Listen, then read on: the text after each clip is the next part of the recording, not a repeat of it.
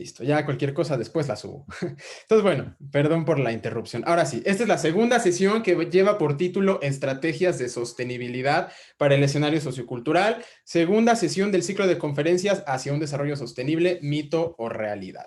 A mí siempre me gusta poner este tipo de portadas, por así decirlo, de las presentaciones, que bueno, no es más que la información general de esta presentación. Esta presentación va originalmente dirigida hacia estudiantes de séptimo semestre, si no me equivoco, de la Ingeniería en Logística del Instituto Tecnológico Gustavo Madero por parte de la asignatura de Desarrollo Sustentable a cargo del ingeniero Luis Alejandro Uscanga. Así que pues gracias al maestro por esta invitación y gracias a los aquí presentes también por su asistencia. Pues bueno, primero que nada quisiera invitarlos a que en la medida de lo posible mantuvieran su cámara encendida durante la presentación, porque pues para mí como ponente pues es una gran retroalimentación estar viendo sus expresiones de que asientan de que, sí, sí, sí, sí queda claro, o sus caras de, ¿qué dijo? Entonces, si pudieran prender sus camaritas para poder ver sus reacciones, ver sus impresiones, a mí me ayudaría mucho y se los agradecería. Además de que pues también como para recuperar un poquito de esta calidez humana que perdemos en la virtualidad, ¿no? Además, les pido por favor que se mantengan pendientes y preparados porque pues esta presentación va a ser un poquito diferente a la primera que tuvimos. Esta pues sí pretendo que sea más participativa todavía, más dinámica. Voy a requerir que me estén ayudando constantemente para la co-construcción de esta presentación, así que pues apaguen la licuadora, silencien al perro o algo para que puedan estar hablando y sobre todo también escribiendo. También es importante que tengan a la mano esta aplicación que se llama Mentimeter, que pues la pueden buscar ustedes en Google y se meten como cualquier otra página de internet, o bien también pueden descargar inclusive la aplicación móvil en sus celulares, ¿de acuerdo? Esto va a ser muy importante para que podamos estar pues en constante interacción y comunicación, ¿de acuerdo? Vale. Bueno, esto ya ni siquiera lo actualicé, disculpen, entonces omitámoslo. De antemano les pido una disculpa, la verdad es que esta presentación, o sea, es la primera en mucho tiempo que me pone tan nervioso, tuve nada más como 2 días para hacerla y, y aparte, o sea, fue muy compleja, o sea, yo de verdad no sabía por dónde empezar, creo que me metí en camisa de 11 varas al abordar un tema tan amplio, tan complejo, pero de verdad lo diseñé con mucho amor para ustedes, así que espero que la disfruten, espero que aprendan mucho y sobre todo espero que les sea útil también en su formación profesional, ¿vale? Entonces, vamos a empezar con unas cuantas consideraciones iniciales para sembrar las bases conceptuales y analíticas de esta presentación. Y primero que nada, quisiera empezar con esta idea de que la economía en todos sus niveles y en todas sus escalas depende primariamente de las personas. ¿Vale? No puede haber actividades económicas, no puede haber empresas, no puede haber sectores, no puede haber nada que tenga que ver con la economía sin que antes haya personas capaces, formadas académicamente y con las competencias laborales para poder llevar a cabo estas actividades. ¿Estamos de acuerdo? Y por su parte, a su vez, las personas dependen de la calidad del ambiente, ¿vale? No podemos tener empleados sin antes tener ciudadanos y antes de pensar en ciudadanía y todas estas cuestiones cívicas, o sea, antes que nada somos personas, somos seres vivos que dependemos de un medio ambiente que cuente con las características necesarias para sostener la vida, ¿no? Es decir, necesitamos agua, necesitamos energía, necesitamos alimentos, necesitamos también medicamentos que derivamos de algunos recursos genéticos. Entonces, antes que todo, en la base de nuestra sociedad y de nuestra economía se encuentra el medio ambiente, que a su vez también depende del manejo que hagan las personas de para sus actividades tanto económicas como sociales. ¿Estamos de acuerdo? Es decir, que si nuestra economía está basada en actividades extractivas, pues nos vamos a agotar eventualmente los recursos naturales, lo cual va a repercutir severamente en nuestra calidad de vida y por tanto, pues la economía y los sistemas sociales en general, pues se van a ver comprometidos. Ahora bien, ustedes ya conocen más que de sobra la Agenda 2030 y los 17 Objetivos de Desarrollo Sostenible que la componen, ¿no? Sin embargo, no sé, digo, yo supongo que sí saben que a su vez la Agenda 2030 está dividida en lo que se conoce como las 5 Ps, que son como estas 5 grandes categorías más generales en las cuales se subdividen los objetivos de desarrollo sostenible. Y de manera general podemos categorizarlos en la P de prosperidad, planeta, personas, paz y cooperación, que en inglés es partnerships y por eso la P, ¿no?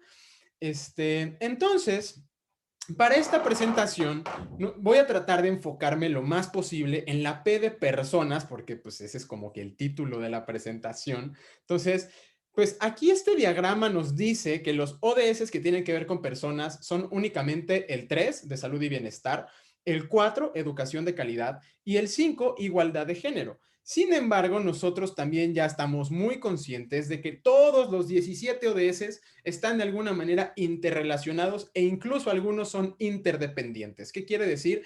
Que uno de ese depende intrínsecamente del cumplimiento de otro y que las acciones y los efectos que produzcamos en uno van a influir también en el cumplimiento de los demás. Entonces, no nos vamos a limitar, por supuesto, únicamente a ver los ODS de personas como el 3, el 4 y el 5, sino que vamos a estar tocando varios de ellos a lo largo de la presentación, ¿vale? Pero todo siempre visto desde la óptica de la P de personas. Ahora bien, esta presentación lleva por título Estrategias de sostenibilidad en el escenario sociocultural. Sin embargo, al estar hablando de estrategias, eso nos implica inevitablemente que tengamos que hablar también de objetivos y de metas, porque de estos objetivos y de estas metas se van a desprender las estrategias, de las cuales también se van a desprender las líneas de acción, ¿no? A su vez, todos estos comprenden o implican una serie de indicadores tanto de progreso como de resultado y otro tipo de indicadores, como pueden ser también indicadores de impacto, eh, que bueno, también vamos a tocar de manera algo somera más adelante. Y también, por supuesto, hablar de estrategias involucra la participación de actores y de instituciones en el desarrollo y el cumplimiento de estas estrategias. Además, cuando hablamos de estrategias, tenemos que hablar de una situación de interés general, ¿vale? Porque si no, pues, o sea, me refiero a que las estrategias deben estar insertas en un contexto, ¿vale? Ya sea un contexto cultural, un contexto económico, político, social, ambiental, pero siempre hay un marco contextual que envuelve estas estrategias, estas acciones y a estas personas, ¿vale? Entonces, vamos a hablar un poco a lo largo de esta presentación acerca de cuáles son estas situaciones, quiénes son los actores involucrados, cuáles son los objetivos que orientan estas estrategias, etcétera, ¿vale? Ahora, ¿qué situación de interés general es la que nos compete y nos reúne en esta sesión? Pues primero que nada, ustedes a lo largo de esta unidad 2 y me dirijo a los estudiantes de desarrollo sustentable, ya vieron lo que es la Carta de la Tierra, ya vieron la Agenda 21 o el Programa 21 y también ya conocen los 17 ODS de la Agenda 2030, ¿no? Entonces, cuando hablamos de estrategias de sostenibilidad, nos estamos enmarcando en estas situaciones, ¿vale? Estamos hablando de una agenda global que nos compete a todas, todos y todes, ¿no? ¿Estamos de acuerdo? Ahorita vamos a ver, pues, como exactamente qué temas se desprenden de estos instrumentos que van a orientar un poco el contenido de esta presentación. Entonces, sobre estas bases, sobre estas consideraciones iniciales, surge la pregunta, vamos a llamarla la pregunta de investigación, por así decirla, o la pregunta que orienta esta presentación, que es, ¿qué estrategias se requieren en el ámbito sociocultural para impulsar el desarrollo sostenible? Entonces, sin más, vamos a empezar con lo que tiene que ver con los temas de sociedad y cultura. Arthur Asher Miller, quien fue un dramaturgo y guionista estadounidense, dijo, es una frase célebre de este personaje, que decía que se dice que una era termina cuando sus ilusiones más básicas se agotan o llegan a un fin. Vale, supongo que algunos de ustedes ya habrán escuchado acerca de que nos encontramos en la era del antropoceno. Vale, que varios teóricos, varios investigadores se han referido a la actual era geológica en la que nos encontramos, que por cierto es la sexta era geológica, como la era del antropoceno, que es caracterizada por la dominación del ser humano sobre los sistemas naturales y los recursos naturales, ¿vale?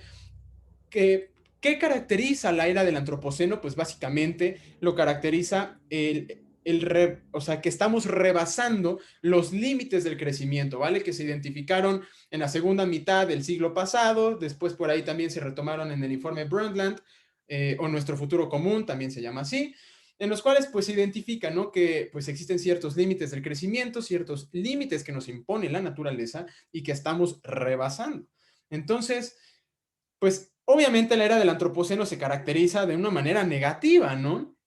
Entonces, pues lo que buscamos, bueno, lo que busca la comunidad internacional es poder poner, tal vez no un fin a la era del antropoceno, porque pues es una era geológica que va a tardar miles de años en terminar, según esto, según se espera, según quisiéramos, pero pues lo que sí buscamos es revertir y rediseñar la era del antropoceno orientada hacia un modelo de desarrollo sostenible, que es lo que buscamos aquí.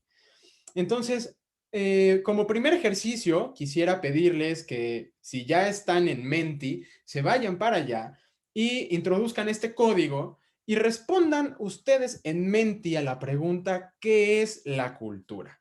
Vale, ahorita voy a abrir por aquí también la presentación de Menti para que nos cuenten ustedes un poco acerca de qué es la cultura. Si alguien quiere abrir su micrófono, también es bienvenido a hacerlo. Y ojalá que alguien por aquí pueda abrir su microfonito y decirnos, según ustedes, ¿qué es la cultura?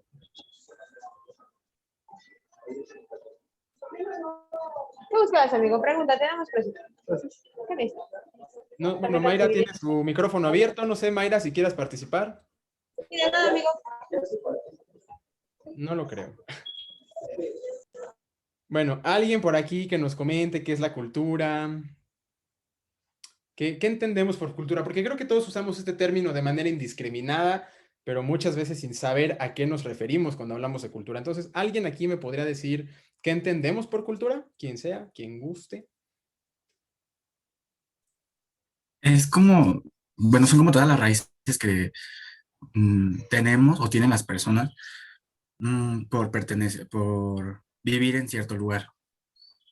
Las raíces de las personas por vivir en cierto lugar. Muchas gracias, Jesús. Mm. Es un buen inicio, es un buen comienzo del concepto. Muchas gracias. ¿Alguien más quiere participar?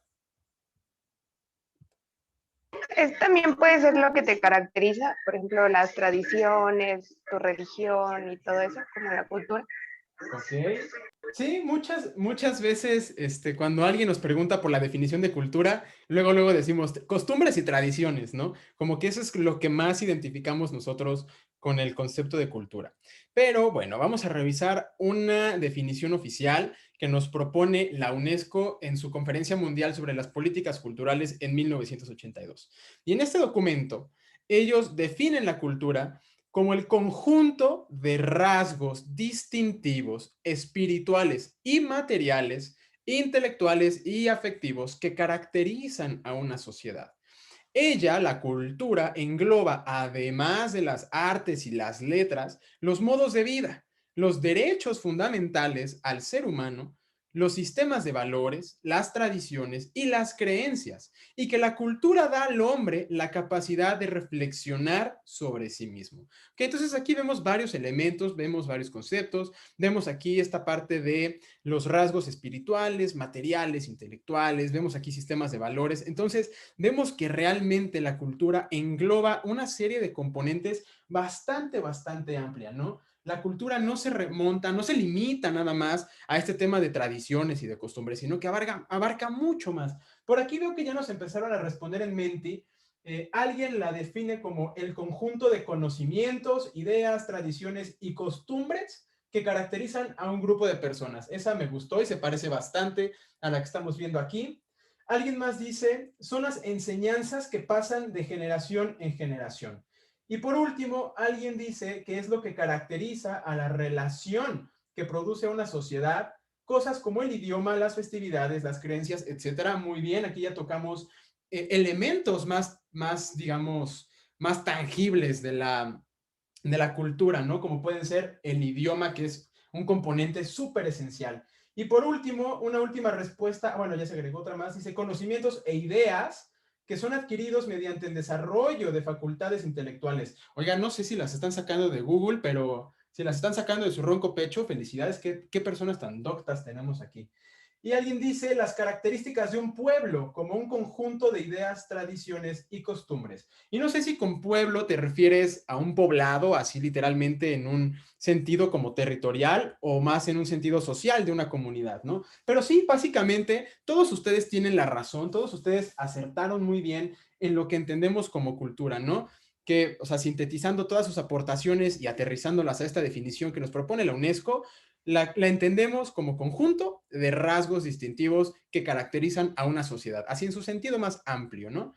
Y por último, aquí el doctor Néstor García Canclini, quien fuera, pues un investigador, creo que, no me acuerdo si, un doctor en filosofía, define la cultura como el conjunto de procesos donde se elabora la significación de las estructuras sociales. A la cultura se le reproduce y transforma mediante operaciones simbólicas. Obviamente aquí este cuate, doctor en filosofía, pues ya se ve mucho más intelectual y ya nos mete otras ideas más filosóficas de que se le reproduce mediante operaciones simbólicas, que a lo mejor se sale un poquito de nuestro contexto de ingeniería logística, pero bueno, aquí básicamente incluí esta definición porque incluye este concepto también muy importante para esta presentación, que es el de estructuras sociales. Y a continuación les quiero preguntar ahora, ¿qué es la sociedad? Porque también pues hablamos de la sociedad pensando en que es una estructura, son personas, es un pueblo, es una colonia. Ahora les pregunto yo, ¿qué es la sociedad?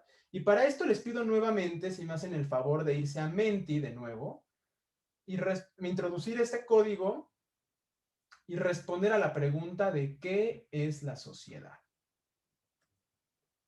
A ver si alguien por ahí nos puede ir platicando. Ya, igual pueden abrir su micrófono con toda confianza y platicarnos.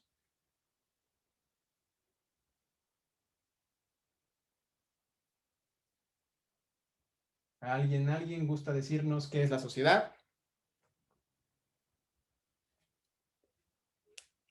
No sean tímidas, no sean tímidos. ¿Quién nos puede decir qué entendemos por sociedad? Yo, eh, podría ser como un grupo de personas que comparten ciertas características ¿Ok? Tales que como ¿cuál? los, ah, pues por ejemplo, un objetivo en común. Un objetivo en común, ¿ok? ¿Y cuál sería ese objetivo?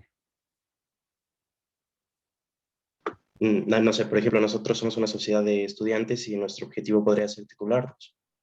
Ok, ok.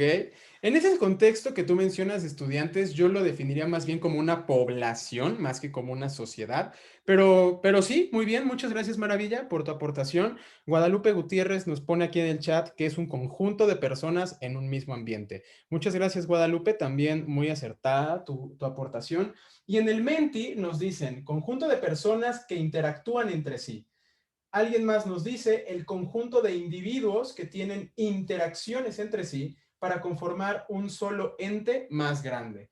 Y por último nos dicen personas que interactúan entre sí y comparten metas a alcanzar. Muchas gracias, muy buenas sus aportaciones, me gustan. Y todas hablan de una idea bastante clave en este concepto que son las interacciones. Eso es muy correcto. No podemos hablar de una sociedad que no interactúa cuyos integrantes no interactúan entre sí.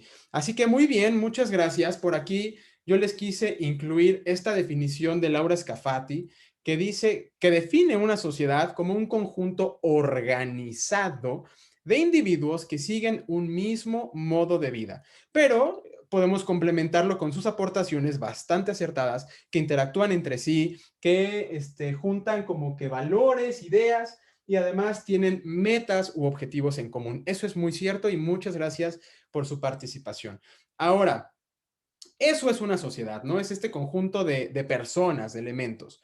Pero ahora, dentro de una sociedad, ¿qué la distingue de otra? Porque podemos hablar de una sociedad en diferentes escalas. Podemos hablar de la sociedad mexicana, pero podemos hablar también de la sociedad a nivel mundial. Podemos hablar de la sociedad de una comunidad rural, podemos hablar de la sociedad de una mega ciudad. Entonces, Pensando en que podemos estudiar o abordar la sociedad a diferentes escalas geográficas, ¿qué elementos se les ocurre que las distinguen a unas de otras?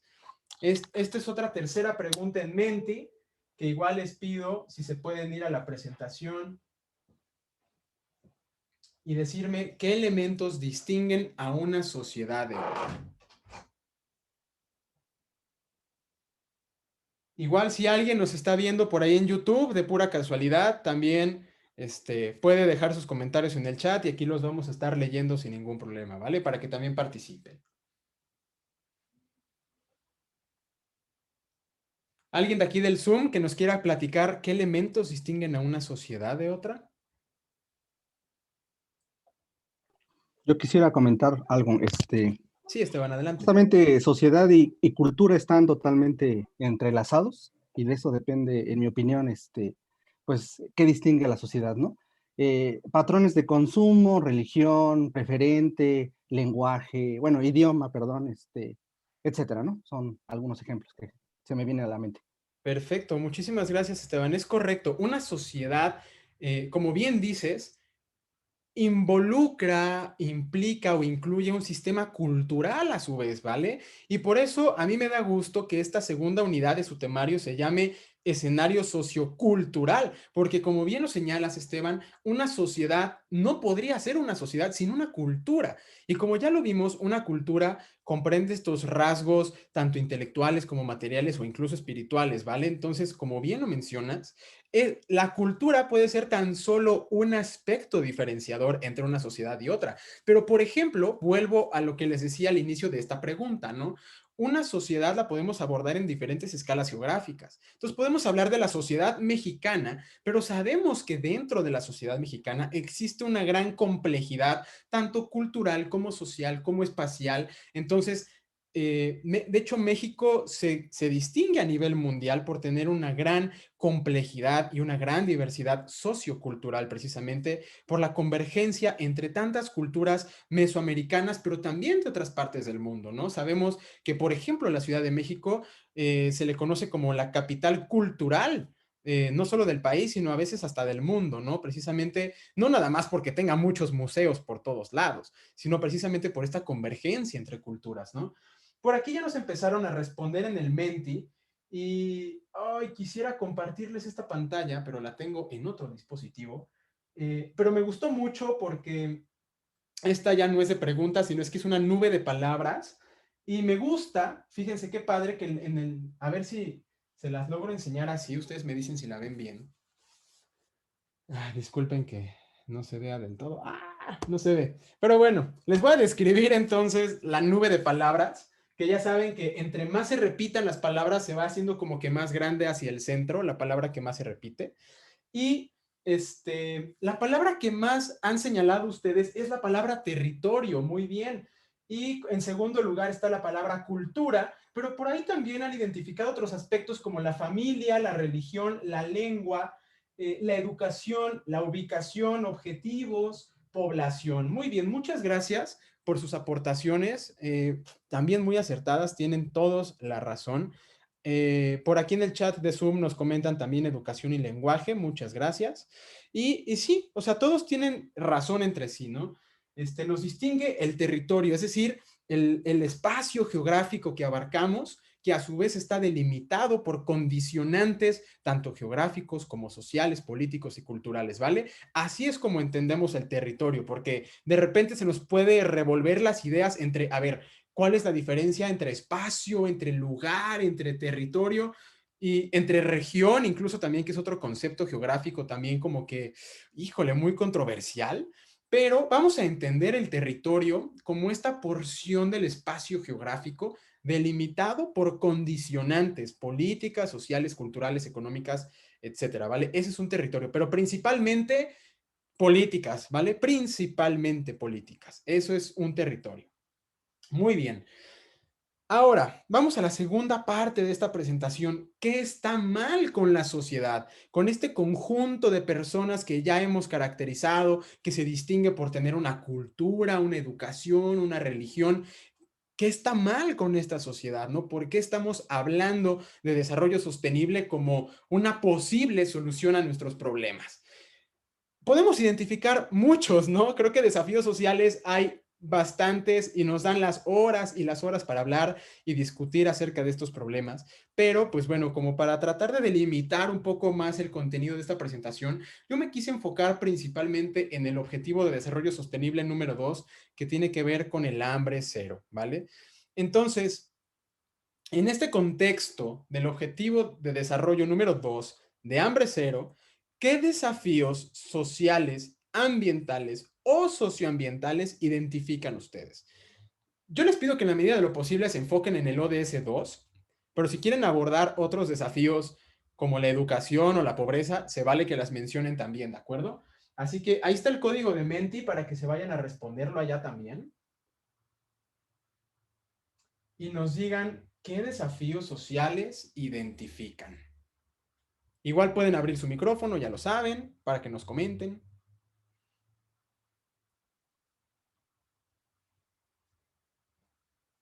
Alguien, por favor, que nos diga qué desafíos observan, no nada más en su comunidad, o sea, puede ser en todo el mundo, en todo el país.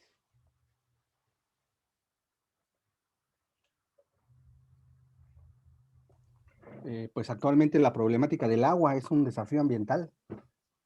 Ok, un desafío ambiental. ¿Y cómo, o sea, qué me dirías tú? ¿Cuál es el problema con el agua, Esteban, para alguien que no haya leído las noticias últimamente?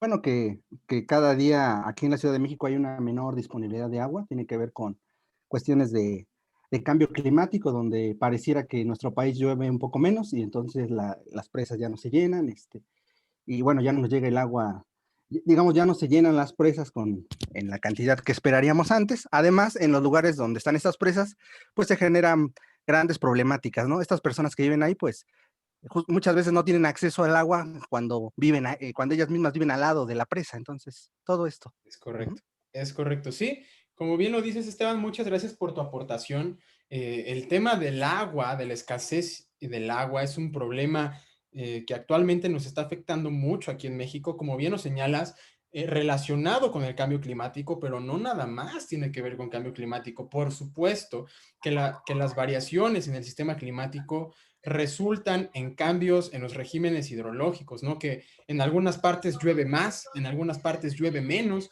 pero también tiene que ver con muchas condicionantes políticas, sobre todo, ¿no? No sé si ustedes han visto por ahí algunas publicaciones en redes sociales que denuncian que el problema que aqueja a México actualmente no es una cuestión de sequía, sino de saqueo, ¿no? Actualmente, en este marco, en este contexto de la escasez de agua, han salido muchas, pero muchísimas denuncias que dicen que si nos estamos quedando sin agua, no es porque no haya agua, sino porque grandísimos volúmenes de agua están concesionados a grandes empresas transnacionales, como pueden ser las cerveceras o las refresqueras, ¿no? Además de que hay por ahí algunos influencers también que actualmente están desarrollando sus marcas de agua de manantial, según esto, pero con una estrategia de greenwashing súper terrible, ¿no? Entonces, pues sí, tiene que ver con eso en parte. Gracias, Esteban. Por aquí en el Menti nos dicen también contaminación del aire, escasez del agua, agua contaminada, educación, pero veo que se están yendo mucho a temas ambientales. ¿Qué nos pueden decir también de desafíos sociales? Sociales. ¿Alguien más que nos quiera comentar acerca de un desafío social? O en todo caso, socioambiental, es decir, que un problema ambiental como pueda ser la contaminación repercuta en las personas. ¿Quién me puede decir un poco acerca de esto?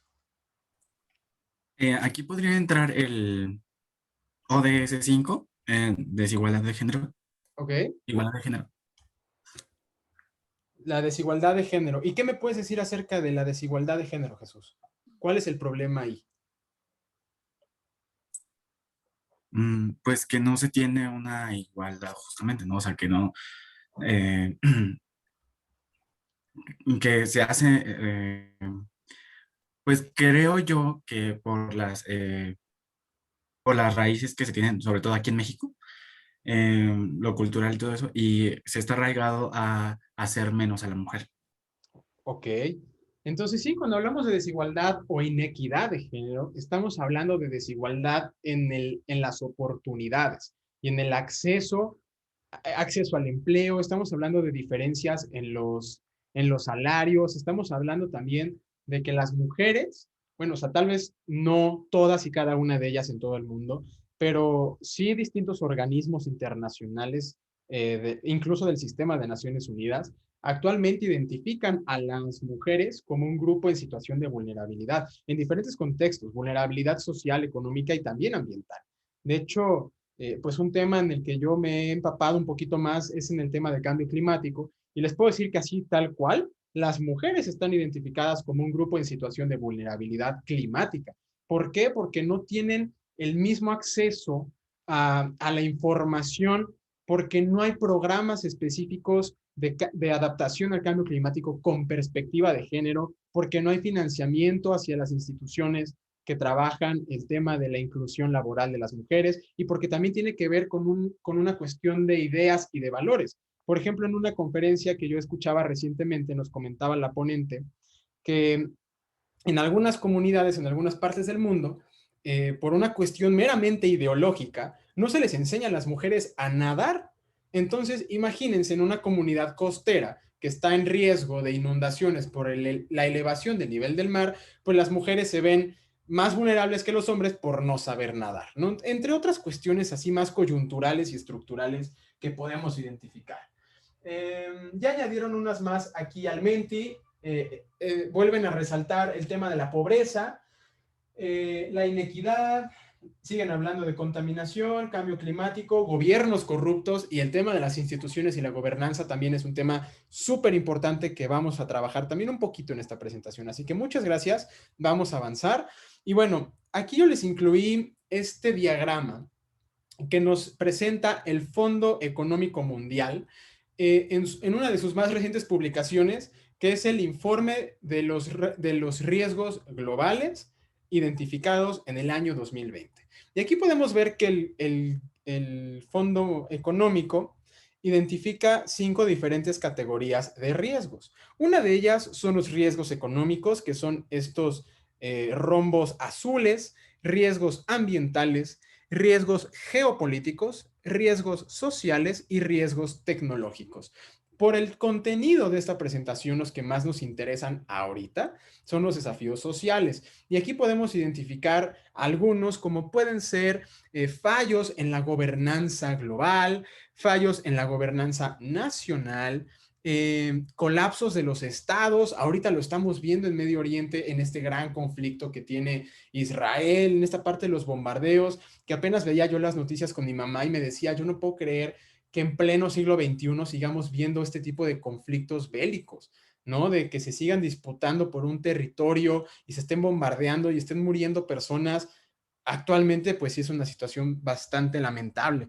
Ataques terroristas, vemos también armas de destrucción masiva en pleno siglo XXI, cuando se supone que las Naciones Unidas surgieron en 1945, después del final de la Segunda Guerra Mundial, para prevenir ese tipo de conflictos, ¿no? Entonces, apenas veía yo un meme que me dio mucha risa que decía, cosas que se desaparecen cuando las necesitas, y era como las llaves de tu coche, tu celular, y entre otras el Consejo de Seguridad de las Naciones Unidas, ¿no? Ante este conflicto allá en Medio Oriente, también muy cierto, triste, pero cierto. Y bueno, también este diagrama me gustó porque nos muestra las relaciones que guardan los conflictos sociales con otro tipo de riesgos, como pueden ser los riesgos ambientales. Aquí vemos, por ejemplo, que el riesgo social del fallo en la gobernanza global está relacionado con la pérdida de la biodiversidad. ¿Y por qué? O sea, ¿de qué manera podemos relacionar la falla de los sistemas de gobernanza internacional o mundial con la pérdida de biodiversidad? No sé si ustedes han escuchado en algún momento la teoría acerca de los bienes comunes. No sé si han escuchado esta teoría que la postuló, me parece que este autor que se apellida Harvey, en la cual habla del dilema de los bienes comunes, que dice que cuando los recursos o los bienes tangibles son de acceso libre, de acceso común, que cualquiera tiene acceso a ellos, eventualmente pues van a caer en sobreexplotación hasta un grado ya sea de degradación o de agotamiento, ¿no? Entonces, pues sí estamos viendo que el sistema económico neoliberal, capitalista, mundial, pues está sustentado en las actividades extractivas que degradan y agotan los recursos naturales y por tanto, pues también los países están viendo afectados por esta pérdida de recursos, ¿no? Y además de que muchos de los costos sociales y ambientales se externalizan, es decir, que a lo mejor vemos países como son algunos países nórdicos que se cuelgan las miles de medallas de oro por ser países súper sustentables, con bajos niveles de emisiones, pero no crean que es porque tengan un gran desarrollo súper limpio, sino porque estas grandes economías de grandes ingresos externalizan sus costos ambientales y sociales a los países del sur global para que ellos extraigan, ellos exploten, ellos se agoten sus recursos y al final simplemente los exporten a Europa o a los países del norte global y por eso es que ellos mantienen sus índices de sustentabilidad tan altos, ¿no? Porque el desastre realmente está en sus subordinados en el sur global, ¿no? Entonces, por eso es que vemos este tipo de interrelaciones. Pero bueno, ya para no clavarme mucho ahí, vamos a avanzar. Y vemos también este otro diagrama que nos habla un poquito más a detalle de los riesgos sociales, en los cuales vemos, como ya lo señalaba Esteban hace ratito, crisis del agua, ¿no? Tanto por escasez, por contaminación, por desigualdad en la distribución del agua. Vemos también migraciones involuntarias. No sé si ustedes han escuchado acerca de este tema tan controversial de los desplazamientos climáticos, que tiene que ver con que varias comunidades actualmente, hoy por hoy, ya se están viendo afectadas severamente por el cambio climático y ya se están viendo en la necesidad de migrar de su comunidad de origen porque se está inundando, porque hay sequías, porque hay nevadas y porque el suelo está erosionado, etcétera, etcétera. Entonces ya empieza a haber desplazados climáticos, que ya es otra población en situación de vulnerabilidad por el cambio climático, ¿no? Vemos también inestabilidad social, vemos muchos golpes de Estado. Aquí en América Latina vemos muchos movimientos de este tipo, ¿no? Como por ejemplo el caso de Venezuela, que es como que el que más nos suena, ¿no? Crisis alimentarias, vemos también enfermedades infecciosas, no se diga. Ahorita la contingencia sanitaria por COVID-19, que como podemos ver, pues aquí está escalando pues de manera exponencial al igual que las otras, ¿no? Y también enfocado un poco más en el ODS 2, vemos esta otra gráfica del lado izquierdo, que nos dice que el sector agroalimentario se espera que produzca la mitad de las emisiones de gases de efecto invernadero para el año 2050. Y lo vemos en comparación con la gráfica de las emisiones del sector económico primario para 2019, el cual está compuesto por agricultura, forestería y otros tipos de uso de suelo, los cuales aportaban, ¿qué podemos decir? Aproximadamente el 25% de las emisiones de GEI a la atmósfera y se espera que de aquí a 2050 este porcentaje se duplique literalmente, ¿no? Entonces, pues estamos hablando aquí de que estas actividades primarias, es decir, las actividades productivas, son altamente insostenibles y se espera que continúe esta tendencia. Ahora, si nos vamos un poquito más hacia las cifras, así como que muy específicas, la Organización de las Naciones Unidas para la Alimentación y la Agricultura, o por sus siglas en inglés, la FAO, publicó el Estado de la Seguridad Alimentaria y la Nutrición en el Mundo 2020 hace un par de meses, en las cuales pues nos presenta estos resultados que obtuvieron a través de varias investigaciones que se hicieron durante todo el año 2020 y nos muestran estos resultados, que 690 millones de personas padecían hambre en 2019, lo cual representa el 8.9% de la población mundial que actualmente se encuentra subalimentada, lo cual representa un aumento de 10 millones de personas respecto a 2018 y un aumento de 60 millones de personas desde 2014. Entonces podemos ver aquí que si bien la tendencia en hambre crónica había venido disminuyendo paulatinamente hasta el año 2014, algo ocurrió en 2014 que revirtió la tendencia y ahora va hacia la alza. Nos presenta también la FAO en su informe que 130 millones de personas nuevas se ven afectadas por el hambre crónica desde finales del 2020 y que 40 millones de personas actualmente están subalimentadas en la región de América Latina y el Caribe, lo cual representa al 7.4% de la población de esta región del mundo.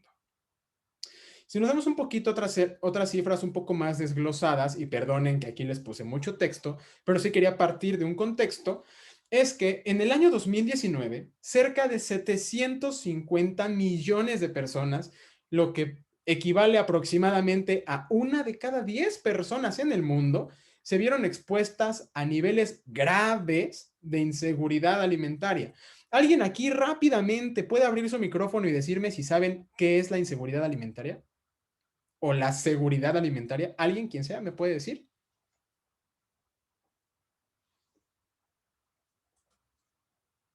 Pues no tener, no tener acceso a alimentos.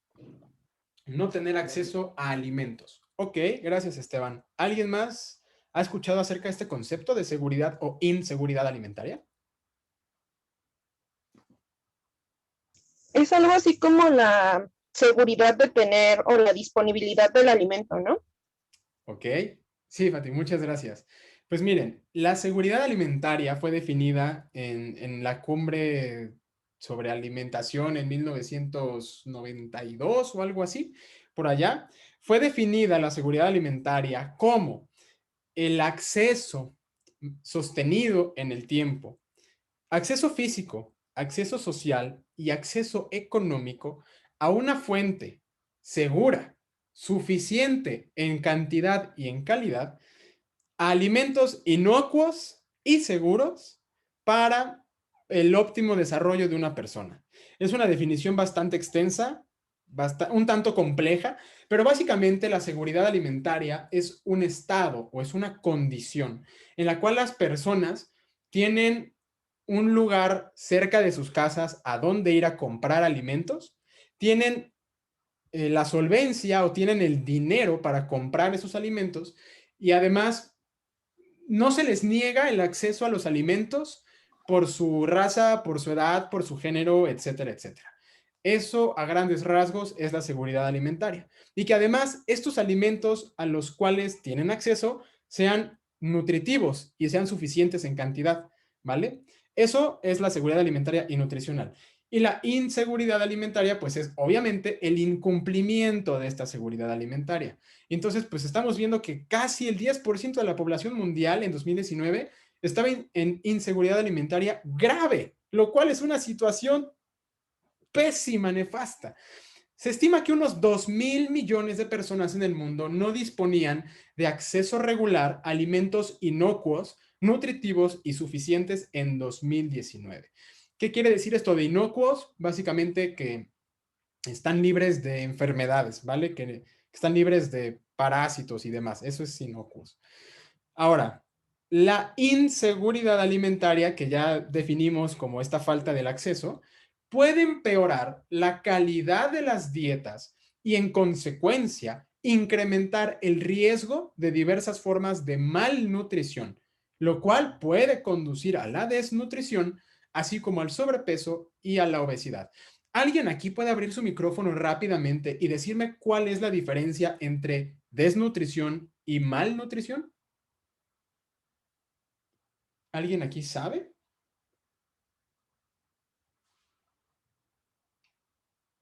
Gracias, Alicia Zamudio, que veo que nos respondiste en el chat de YouTube a la pregunta de la seguridad alimentaria. Gracias. Entonces, ¿alguien aquí sabe cuál es la diferencia entre una y otra? Yo pienso que malnutrición es cuando comes, pero no algo sano, sino comida chatarra. Y desnutrición es cuando no comes. Exactamente, Jesús. Muchas gracias. A nivel internacional, y sobre todo aquí en México, es algo que vemos muy, muy notablemente, es que México enfrenta lo que se conoce como una doble carga de morbilidad.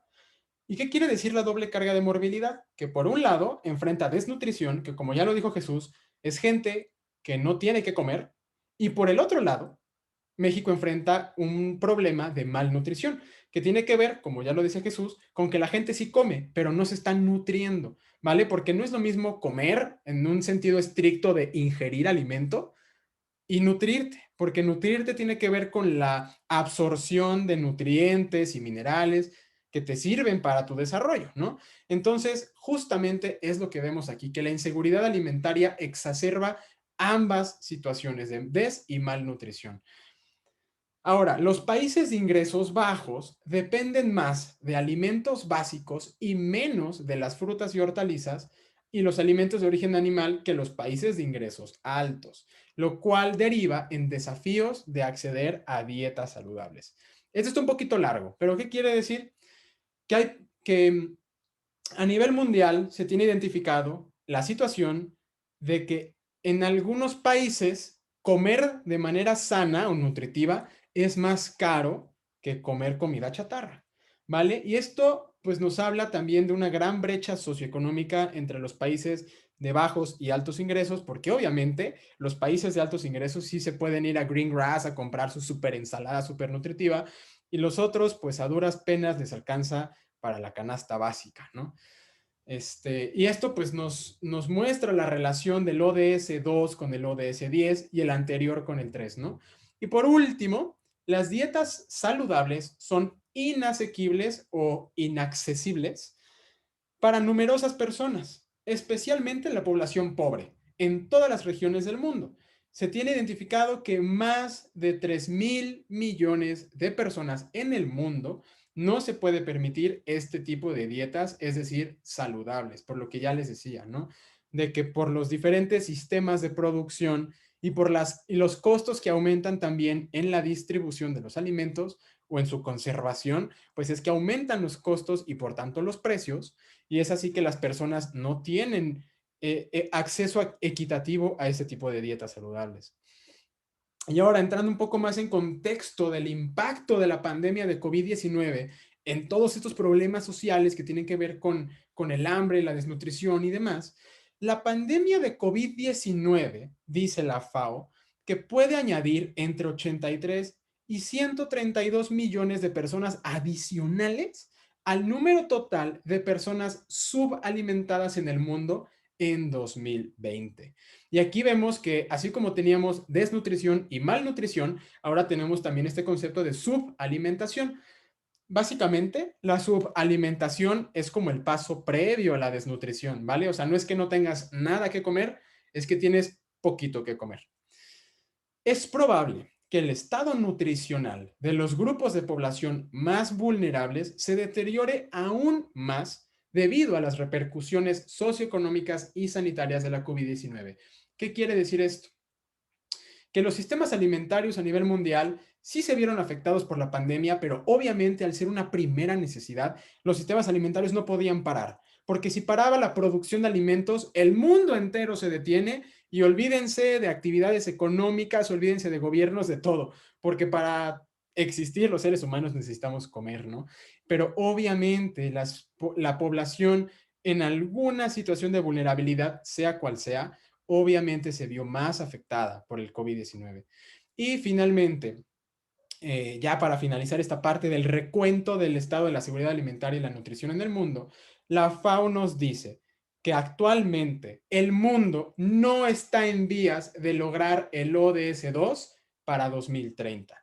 Y dice que si continúan las tendencias recientes, el número de personas afectadas por el hambre superará los 840 millones de personas para 2030. Entonces estamos viendo que actualmente estamos muy mal a nivel mundial en cuanto al ODS 2. ¿Por qué? Por la contingencia de la COVID-19, por el tema de las dietas saludables, por las cuestiones de distribución, de producción insostenible, etcétera, etcétera. Y más aterrizado al caso de México, la ENSANUT, que es la Encuesta Nacional de Salud y Nutrición que llevan a cabo el Instituto Nacional de Salud Pública, la Secretaría de Salud y no me acuerdo cuál más. Creo que el INEGI. En su más reciente publicación, en 2018, identifican esta situación actual de la inseguridad alimentaria en México y nos dicen que en 2018 el 44.5% de los hogares en México se identificaron con seguridad alimentaria, o sea, casi la mitad de la población vive en seguridad alimentaria. En contraparte, el 22.6%, casi la cuarta parte, presenta inseguridad alimentaria moderada y severa. y el 32.9% restante presenta inseguridad alimentaria leve. Y aquí me interesa mucho esta gráfica porque nos muestra la desagregación de inseguridad alimentaria en regiones urbanas y en regiones rurales. Y chéquense nada más estas cifras. Si bien, obviamente, las zonas rurales cuentan con una mayor población en términos de números de habitantes que las zonas rurales, obviamente, chéquense nada más cómo el porcentaje de inseguridad alimentaria es mayor en las zonas rurales. Y aquí les pido que abran micrófono y me digan a qué creen que se deba esto. A que si bien son menos personas en zonas rurales, ¿por qué tienen más inseguridad alimentaria? ¿Quién me puede decir?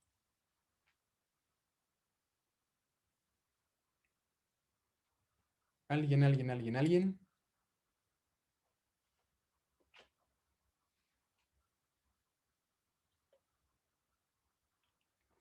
¿No? Lo que se les ocurra, está bien, acuérdense, sin pena, sin miedo al éxito. ¿Nadie? Bueno, pues básicamente se debe a que en los sistemas rurales es donde se lleva a cabo casi toda la producción de alimentos a nivel mundial, por supuesto. Entonces, resulta paradójico que aun cuando las zonas rurales son las que cuentan con mayor cantidad de alimentos, la producción para subsistencia ocupa un porcentaje mucho menor en la producción de alimentos. ¿Por qué? Porque la mayor parte de los alimentos que se producen en zonas rurales se destina al consumo de las zonas urbanas. Entonces, chéquense nada más el impacto social que está teniendo nuestro sistema alimentario actual, que los poseedores de los alimentos se encuentran en una situación de inseguridad alimentaria peor que las zonas urbanas, con tal de que nosotros no nos quedemos sin alimento. Y podemos ver aquí que, bueno, afortunadamente, entre comillas, la mayor parte de la población rural en inseguridad alimentaria está en un nivel leve y ya después moderada y un poquito menos en severa. Pero de cualquier forma, esta es una situación que pues evidentemente se tiene que revertir. Entonces, vamos a hablar ahora acerca de los sistemas alimentarios, que ya les estuve hablando un poquito acerca de ellos durante la presentación, pero no lo habíamos aterrizado y ahora sí, vamos de lleno hacia allá. Pero antes de hablarles de qué es un sistema alimentario, quisiera recapitular esta discusión que ya tuvimos en la primera sesión y les pregunto de nuevo, ¿qué es un sistema?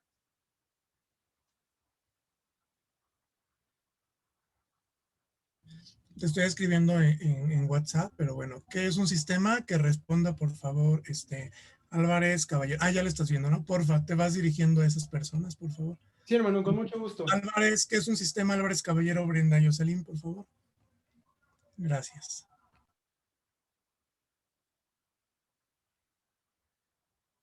Brenda Jocelyn, ¿estás por ahí en la sesión? Manifiéstate. No te contestan, al que sigue le preguntas, por favor. Claro. Alejandra Cedillo Hernández, si estás por ahí, ¿me puedes explicar qué es un sistema? Alejandra Cedillo Hernández. Si no está Alejandra, Joana Iraíz Enríquez Juárez, ¿me puedes decir qué es un sistema?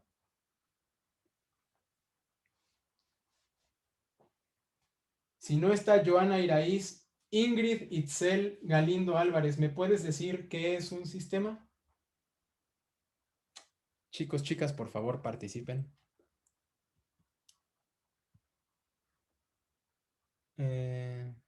Aarón Osvaldo dice que no se puede activar el micrófono. O sea... Podría ser, Sí, adelante, Jesús, dime. es como un conjunto relacionados entre sí. ¿Un conjunto de qué? O sea, por decir, depende de que pues sea un sistema, ¿no? O sea, pues, En general, por decir, un sistema ecológico podría ser que, no sé, que está compuesto por diferentes, ah, em, pues no sé, va a sonar medio raro, pero pues por diferentes ecosistemas un sistema, ajá, como un sistema ecológico que está conformado por varios sistemas, eh, no, por varios, ahí ya me confundí. No te Puede preocupes. ser como, perdón, Que perdón, tenga perdón. varios elementos o una estructura. A ver, espérame tantito, Liliana. Primero Mariana, después Liliana, por favor. Yo Perdón. iba, yo iba a decir que puede ser este conjunto de herramientas que van a ayudar a cumplir un objetivo, a la facilitación de cumplir algo, de hacer un poquito más ágil ciertas cuestiones. Ok, conjunto de herramientas para cumplir con un objetivo. Ok, gracias, Mariana. Liliana. Sí, igual pues que comentaba que como un conjunto de elementos que, que se complementen entre sí, ¿no? Para tener una estructura o algo así, no sé. Ok, voy a leer el chat. Aquí nos dice Moto E6. Moto, si puedes cambiar tu nombre, te lo agradecería. Dice, conjunto de elementos que están relacionados entre sí para alcanzar un objetivo, como sistema solar o un software. Curiel Antares dice que es un conjunto de normas para regular algún grupo. Guzmán Iniesta dice que es un conjunto de elementos o principios que se relacionan entre sí. Verónica Blanco Toledo dice que puede ser un procedimiento de pasos o forma parte para desarrollar algo, desarrollar un objetivo. Iraí dice que es la unión de cosas de manera organizada. Ok, muchas gracias. Veo que por ahí tienen la idea, pero ya no se acuerdan de la explicación de la primera sesión. Así que bueno, les voy a volver a explicar y ahora sí, tomen captura de pantalla, anótenlo en sus cuadernos porque esto, como ingenieros, lo tienen que saber sí o sí. Olvídense del desarrollo sostenible si quieren, pero como ingenieros tienen que saber qué es un sistema. Un sistema, recuerden que es un conjunto de elementos del tipo que quieran, o sea, ya sea plantas, ya sea animales, ya sea personas, ya sea en el caso de un software, no sé, comandos, plataformas, etcétera, pero un sistema en general, cualquiera, es un conjunto de elementos interrelacionados e interdependientes. Eso es un sistema, ¿ok? Un conjunto de elementos que interactúan entre sí y que los cambios en uno producen cambios en otro elemento y que algunos elementos dependen de otro elemento. Y con dependen me refiero a su integridad, su existencia, su estado, lo que quieran, ¿ok? Ahora, ¿cómo ilustramos o cómo caracterizamos un sistema? Un sistema, por definición, tiene lo que se conoce como inputs y outputs, o en español, entradas y salidas, ¿ok? Un input es literalmente todo lo que ingresa al sistema, o sea material o intelectual, intangible, lo que sea, pero es todo lo que entra, ¿ok? Cualquier insumo. Un output es todo el producto que sale del sistema. E insisto, no tiene que ser precisamente material o tangible, puede ser también una idea, pensando en un sistema educativo, ¿no? Por ejemplo, podemos hablar de que un output puede ser una reforma, puede ser un plan de estudios, ¿ok? O sea, todo lo que sale. Y ahora, dentro del sistema hay lo que se conoce como sumideros, o también a los sumideros se les conoce como reservorios, ¿ok? O sea, básicamente un sumidero es un componente del sistema que almacena algo, lo que sea. Almacena información, almacena biomasa, almacena personas, almacena actividad, lo que quieran, pero un sumidero es una cosa que almacena otras, ¿vale? Y ahora, dentro de estos componentes, sumideros o reservorios, o más bien, perdón, entre ellos, ocurren procesos, ¿ok? Estos procesos pueden ser de diferentes tipos. Un proceso puede ser una transformación física, una transformación química, puede ser, puede ser un aumento, puede ser una disminución, puede ser una metamorfosis, ¿ok? O sea, un proceso, literalmente. ¿Y qué implica un proceso? Un proceso implica un cambio entre un estado inicial y un estado final. Vamos a entender eso como un proceso, ¿ok? Y además, entre los sumideros o entre los elementos o componentes de un sistema ocurren flujos. Es decir, que un flujo no implica una transformación, ¿vale? O sea, no implica que llegue de una manera diferente a como salió, sino simplemente el desplazamiento de un sumidero a otro. Podemos hablar, o sea, pensando en ecosistemas, podemos hablar de que un flujo es una migración, ¿vale? No es que la persona pierda un brazo en el camino o que la larva se convierta en mariposa, simplemente un flujo es pasar de aquí a allá. Todo esto ocurre dentro de un sistema, ¿ok? Entonces, si ya les quedó claro que es un sistema, pongan un like aquí en el Zoom y si no, pongan cualquier otra reacción que no sea un like, ¿va? Ahora, existen diferentes tipos de sistemas de acuerdo con la categorización de estos dos autores, estos dos Jones. Entonces, estos dos autores, estos dos Jones, identifican tres tipos de sistemas. En primer lugar, los sistemas naturales, que Joana, tienes la mano levantada, adelante. Joana, ¿quieres hablar? Bueno, supongo que fue accidente. Bueno, entonces, un sistema natural lo definen estos dos autores como un conjunto de materiales físicos y biológicos y sus procesos interrelacionados que constituyen el mundo y proveen una base para la vida, ¿ok? Entonces, básicamente, un sistema natural es un ecosistema, podríamos decirlo así, ¿no? En la sesión anterior hablábamos de que un ecosistema es un sistema ecológico, pero al final un sistema ecológico es un sistema natural, ¿vale? ¿Qué quiere decir? Que se encuentra de manera natural en el ambiente, o sea, que ocurre por sí solo, ¿vale? Que sin que el ser humano intervenga, allí está presente el sistema natural. Se compone tanto de factores bióticos o vivos y de factores abióticos o no vivos.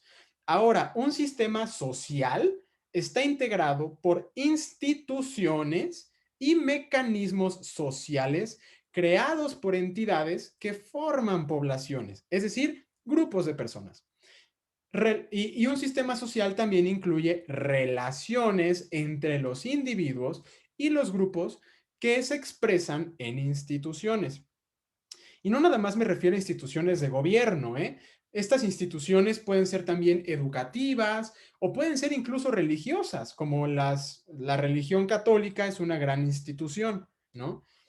Y por último, los sistemas artificiales, que son sistemas creados por los seres humanos para cumplir con un propósito.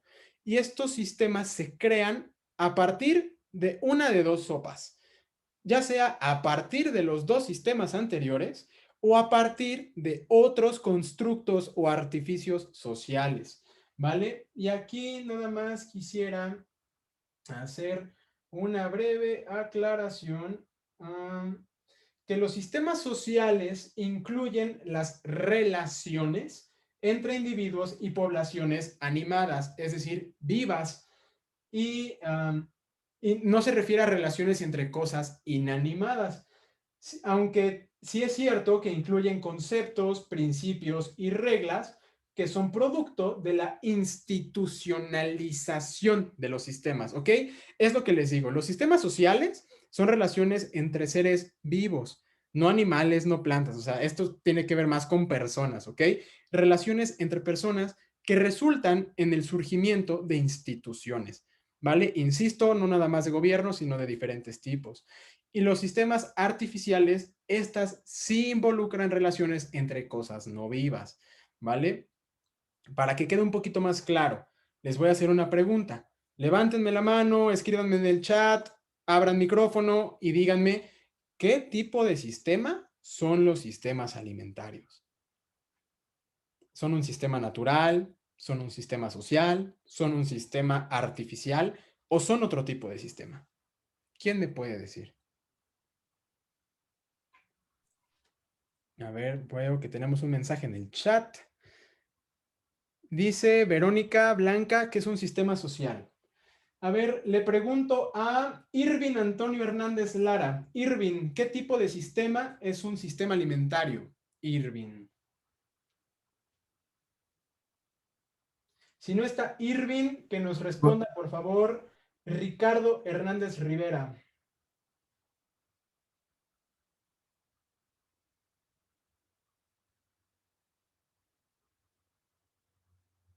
No está tampoco. Entonces, Noemí Hernández Rodríguez. Noemí, por favor, ¿qué tipo de sistemas son los sistemas alimentarios? Y si no está Noemí, entonces Mayra Lisset Lugo Mesa. Mayra, ¿qué tipo de sistemas es un sistema alimentario? Si no está ninguno de ellos, entonces Mariana, por favor. Mariana. Yo digo que pueden ser el sistema, estoy entre el sistema social o artificial, pero creo que es el social. Ok, gracias Mariana. Cintia dice que es un sistema artificial. Guzmán Iniesta dice que es social. Aarón Osvaldo dice que es artificial. Eiraíz dice que es formado por elementos del medio ambiente, población, recursos o procesos. Y Curiel dice que es un sistema social. Jesús, vamos, espérame tantito, ¿vale? Espérame tantito, Jesús. Ahorita te doy la palabra. No se pierda el próximo episodio para saber qué tipo de sistemas son los sistemas alimentarios. No se crean. Ahorita más adelante vamos a llegar a eso porque ni siquiera les he explicado qué es. Nada más quería antes saber qué pensaban que era, ¿vale? Para ahorita después explicarles. Pero antes de definirles un sistema alimentario, vamos a plantearnos la pregunta de por qué estamos hablando de sistemas. Cuando podemos hablar así nada más de sociedad, o sea, ¿por qué ponerle el apellido de sistema? Les voy a decir por qué. Porque los desafíos de sostenibilidad demandan de la disponibilidad de datos, de experimentación y de conocimiento general acerca o sobre los sistemas socioecológicos.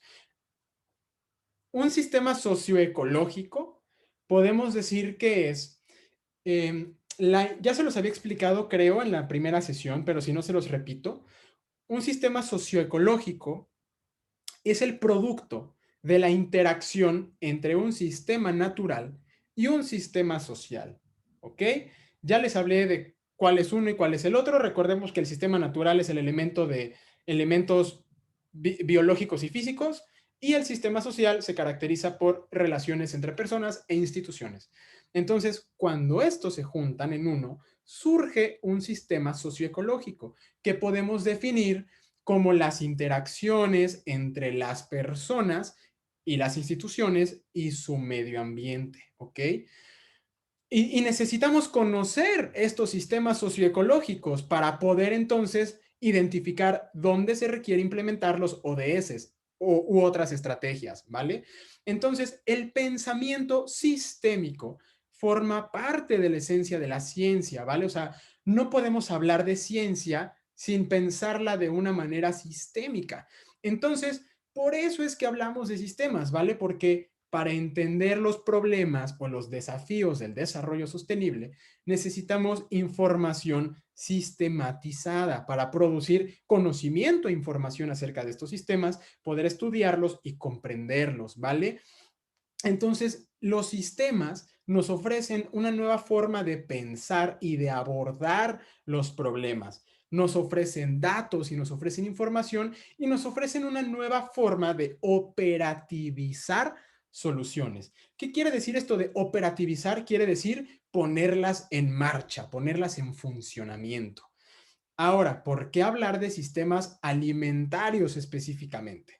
Porque hablar de sistemas alimentarios nos lleva a hablar, como ya se los había dicho, de entradas, de salidas, de procesos que ocurren entre las relaciones de sus componentes que nos permiten entender mejor el crecimiento demográfico, a qué se debe, cuáles son sus implicaciones, cuáles son los impulsores de la urbanización y cuáles son sus consecuencias, de dónde viene la acumulación de la riqueza, cuáles son los procesos que llevan hacia la globalización, cuáles son los efectos del cambio climático sobre la producción de alimentos, etcétera, etcétera. Entonces, hablar de sistemas alimentarios, como pueden ver, se convierte en un eje articulador de todos los diferentes ODS, ¿vale? Porque los sistemas alimentarios nos llevan a hablar de cambio climático, nos llevan a hablar de empleos, nos llevan a hablar de infraestructuras, nos llevan a hablar de energía, nos llevan a hablar de suministro de agua.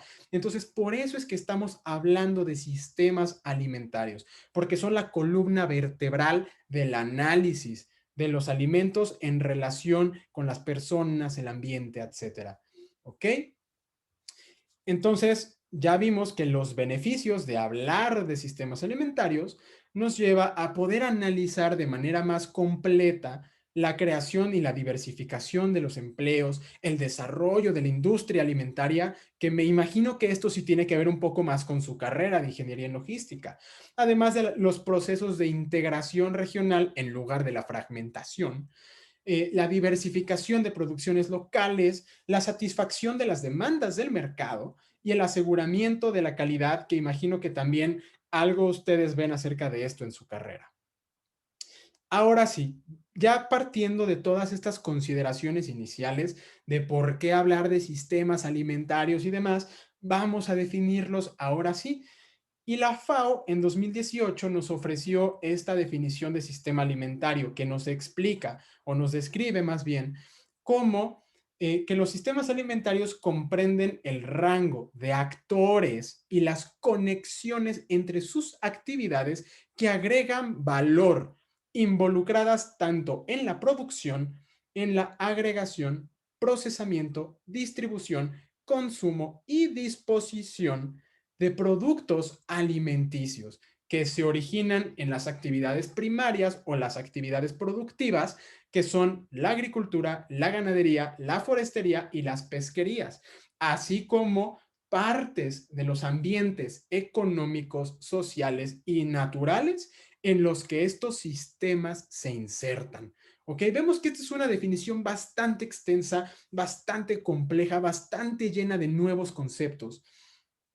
Pero, básicamente, ¿qué es lo que rescatamos de esa super mega definición de sistemas alimentarios? Básicamente, un sistema alimentario es las actividades y los procesos que afectan la producción, la distribución y el consumo de alimentos, ¿ok? Levanten sus pulgares si es que esto quedó claro, si no me regreso a explicarlo, me detengo si les quedó alguna duda. Pueden levantar su manita, pueden poner una carita de asombro, no sé. Ok, si no hay reacciones, me imagino que todo bien. Gracias, Irving. Muy bien. Ahora, ya sabiendo entonces cuál es la definición de un sistema alimentario, vuelvo a repetirles la pregunta. ¿Qué tipo de sistema son los sistemas alimentarios? Abran su micrófono, escriban en el chat. Yo creo que son sistemas naturales. Sistemas naturales, dice. Ok. ¿Quién más?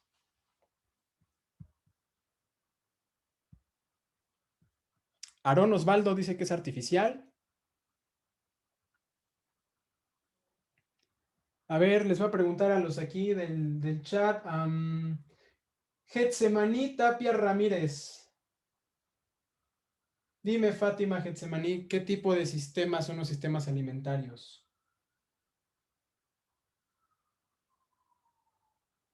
Si no, Lucero Montserrat, ¿me puedes decir qué tipo de sistemas son? Lucero Montserrat. Si no, Pablo Esaú Ramírez Regalado. Si no, Lisette Paola Martínez Hernández. Demonios, chavos, están muy poco participativos. Los necesito aquí conmigo, por favor. Ok, bueno. La respuesta es que los sistemas alimentarios son sistemas artificiales, porque si se acuerdan, los sistemas artificiales son sistemas creados, no son sistemas que ocurran de manera natural. Y un sistema artificial, recuerden, si nos vamos a nuestra definición de qué son, se construyen a partir de los sistemas naturales y se construyen a partir de los sistemas sociales. Y además se pueden complementar con nuevos elementos que vayamos creando conforme los vayamos necesitando. ¿ok? Básicamente por eso es que un sistema alimentario es un sistema artificial, porque si nosotros fuéramos no sé, piensen en un planeta de Star Wars, no sé, si vamos a un planeta desierto, pues no es como que llegues y, ay, mira, aquí identificamos un sistema alimentario. Claro que no, porque un sistema alimentario se construye, se hace, ¿ok? ¿Por qué? Porque está integrado por personas, por empresas, por instituciones de gobierno, y hay procesos que se van estableciendo poco a poco y que se van desarrollando conforme crecen las industrias, etcétera, etcétera, ¿vale? Por eso son sistemas artificiales, ¿ok? ¿Todo bien hasta aquí? Pulgares arriba. Y aquí sí, chavos, aquí no tienen escapatoria. No voy a avanzar de esta lámina hasta que ustedes me ayuden a llenarla. Les pido, aquí les voy a ir nombrando y por favor, chavos, escríbanme en el chat, aunque sea. Erika Sánchez Hernández, ¿qué casilla puedes llenar aquí de un sistema alimentario? Liliana Pérez, Aarón Osvaldo, Daniel Isaac, Guadalupe Iraíz. Espérame tantito, Mariana. Mariana y Jesús, los amo, los agradezco por participar tanto, pero espérenme tantito porque necesito que los demás participen también. Pero no vayas tan rápido. ¿Quiénes no te contestaron? Yo que me los estoy ejecutando. Tú sigue nombrando. Liliana, no, ¿verdad? Erika Sánchez, ¿no? Fátima Getsemaní no ha contestado. Guadalupe Iraíz no ha contestado. Vences Cordero. Vences Cordero. ¿No? Ok. Ruiz Muciño, Daniel Isaac. ¿No? Quirón, Padrón, Aarón, Osvaldo. ¿No? Mendoza, Alemán, Alan Paris. Demonios, chicos. ¿No? Ok. Otra vez. Aguilar, Barrera, Brian, Jesús. ¿No? Álvarez, Caballero, Brenda, Jocelyn. ¿No? Arredondo, Llanos, Nayeli.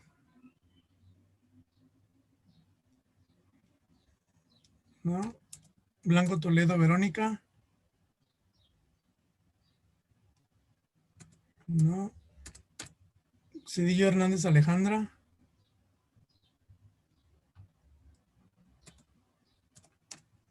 Curiel Hernández Antares. Enríquez Juárez, Joana.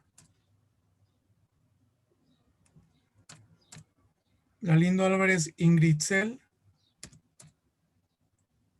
Gira Albavera, Mariana. Yo, profe, aquí estoy. Adelante con tu respuesta. Sí, al principio del lado izquierdo, en esas que parecen flechitas, son las entradas y esos mismos que están, pero al final son las salidas conocidas como los inputs y los outputs. Y arriba pueden ser todos los procesos que estos implican los sistemas alimentarios. Ajá, sí. Gracias, gracias, te acordaste muy bien de las partes, pero la idea es que le pongamos nombres. O sea, dime un ejemplo de una entrada de un sistema alimentario. Bueno, sería lo que es la materia prima o los recursos naturales para hacer los sistemas alimenticios, alimentarios. Ok, materia prima o recursos naturales. Esa es una. Ok, no vi quién contestó, pero gracias. Déjenme ver el chat porque veo que ahora sí, hasta que están cortando cabezas, hablan, cámara. Verónica dice la extracción de recursos. Verónica, ¿puedes abrir tu micrófono y decirme en cuál de todas estas casillas pondrías extracción?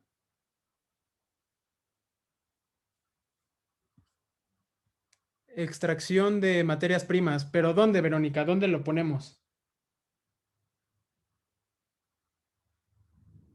Bueno, a ver, me voy a seguir. ¿También iría producción o...? Producción. ¿Dónde ponemos no? producción?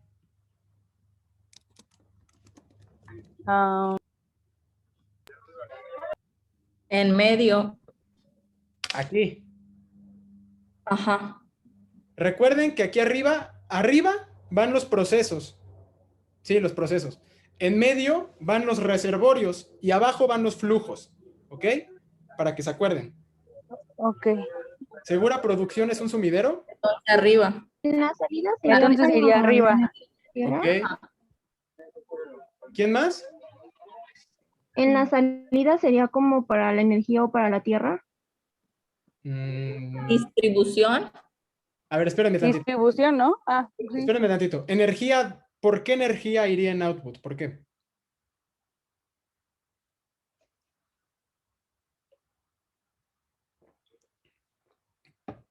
¿Alguien, quien haya dicho energía, me puede explicar por qué pondría energía en output? Bueno, si no, mientras, alguien dijo distribución por ahí. ¿Dónde ponemos distribución? En la tercera, al lado de producción. Acá, en procesos. Ajá. Sí. ¿Segura?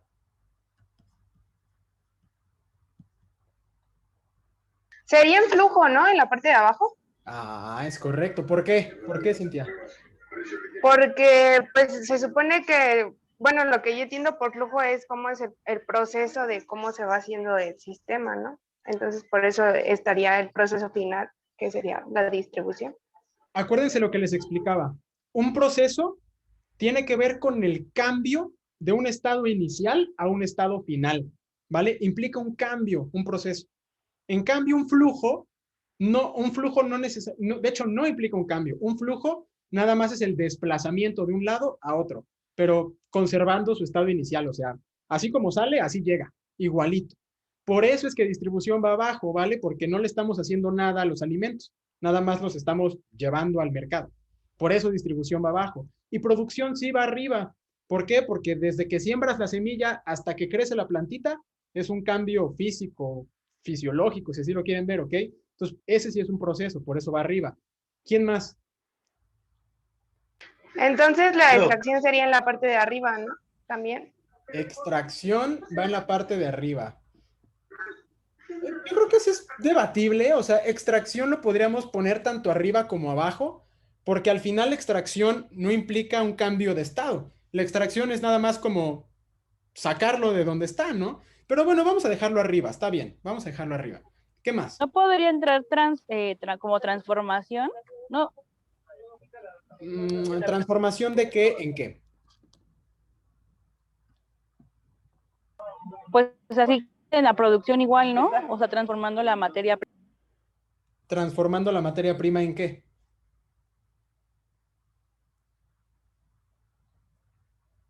Liliana, no te me pierdas, vas bien, vas bien. Sí, no, es que pensé que estaba prendido mi micrófono, perdón. Sí, transformando la materia prima pues a ya un producto final. Ok, bueno, eso... Pero no sé, pues esa era mi pregunta, sí o no. Sí. Nada más que en el contexto del sistema alimentario, a esa transformación se le llama procesamiento, ¿vale? O sea, como dices, vale. O sea, no sé, a convertir un cochinito en embutido, eso es un procesamiento, ¿vale? Ok, entonces era mi, sí, la palabra era diferente. Sí, no te preocupes, así está bien. Pero sí, o sea, el procesamiento es la transformación de la lechuga en una ensalada. Ese es el procesamiento. Ok, muy bien, gracias. ¿Quién más? Yo, ¿podría ser el humano como sumidero? Ah, el humano, ok. ¿En qué? O sea, ok, pero justifícame tu respuesta. ¿Por qué el humano? Pues porque ahí es de donde va la comida, ¿no? Y bueno, retenemos la comida para transformarla, pues, en otra cosa. Entonces, te voy a cambiar el término de humano por consumidor. ¿Qué te parece? Ok. Sí, perfecto. Vale, muy bien, Maravilla. Muchas gracias, buena aportación. ¿Quién más? Tenemos que llenar el diagrama, si no, no avanzo, ¿eh? Pues entonces en la parte de abajo entraría igual la venta, ¿no? De los alimentos. Sería venta o comercialización. Ok.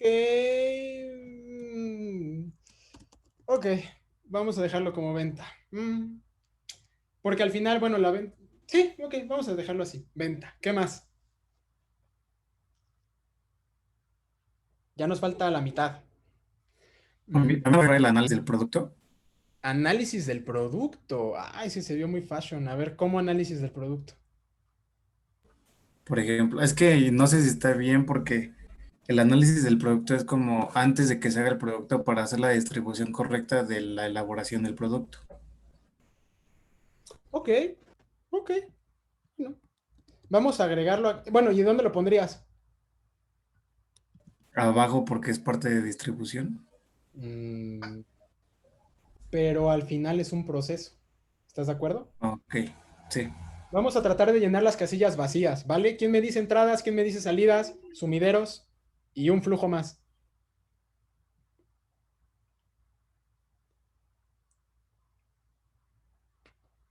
¿Quién más? Mariana. ¿Preparación no iría? Bueno, a ver, Liliana. Ay,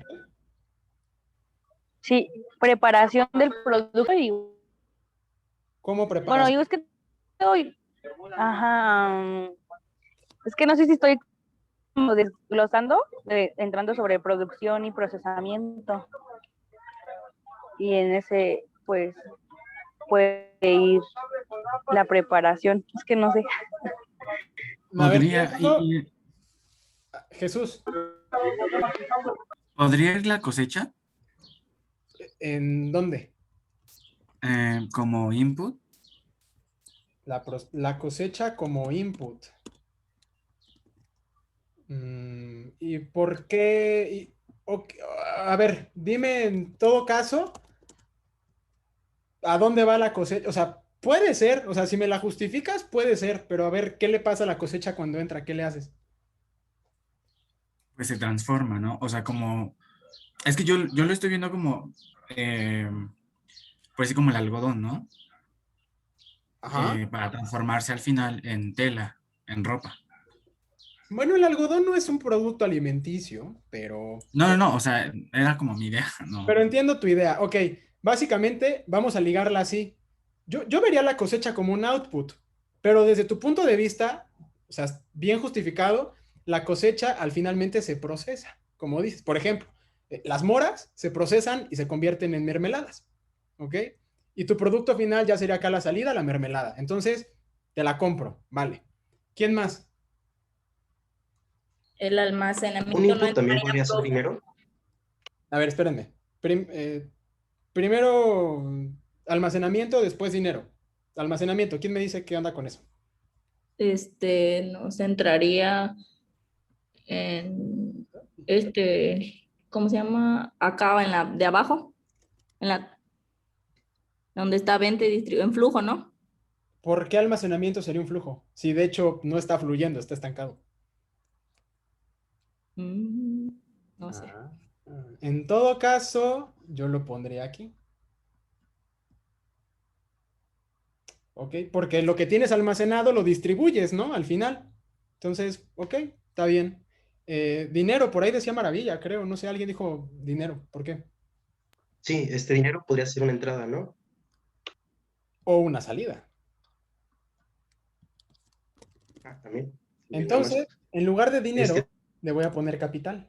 ¿Te también parece? tengo otra. A ver, dale de nuevo. Perfecto. Y abajo podría ser algo de exportación, algo así. Exportación. O localización. Digamos que la exportación al final es distribución, ¿no? Hacia afuera, pero es distribución. Por ahí escucho una voz de mujer. ¿Qué dijeron? Yo había puesto localización, pero porque no sé, en algunos lugares como que no venden lo mismo. Sería como que venta, distribución y la colocación. No es que bueno, no. Tendría mucho que ver con la distribución. No entiendo lo de localización. Como salida puede ser el producto como tal, o sea, producto final. Producto final, exacto. Yo tengo otra, no sé, es pregunta también. En salida podemos poner como disposición, que es básicamente, como dicen, de algún de ya los productos ya terminados. O solo disposición. Ibas bien hasta disposición, pero después me confundiste. ¿Cómo que disposición de productos terminados? Sí, o sea, es que más o menos de lo que decía esta Cintia, ya de los productos, ya en su totalidad. O sea, ¿te refieres a tenerlos disponibles? ¿A eso te refieres con disposición? Ajá, sí. Ok, porque aquí les va una aclaración. Cuando hablamos de disposición, no nos hablamos a tenerlo disponible. Cuando hablamos de disposición, nos referimos a disposición final.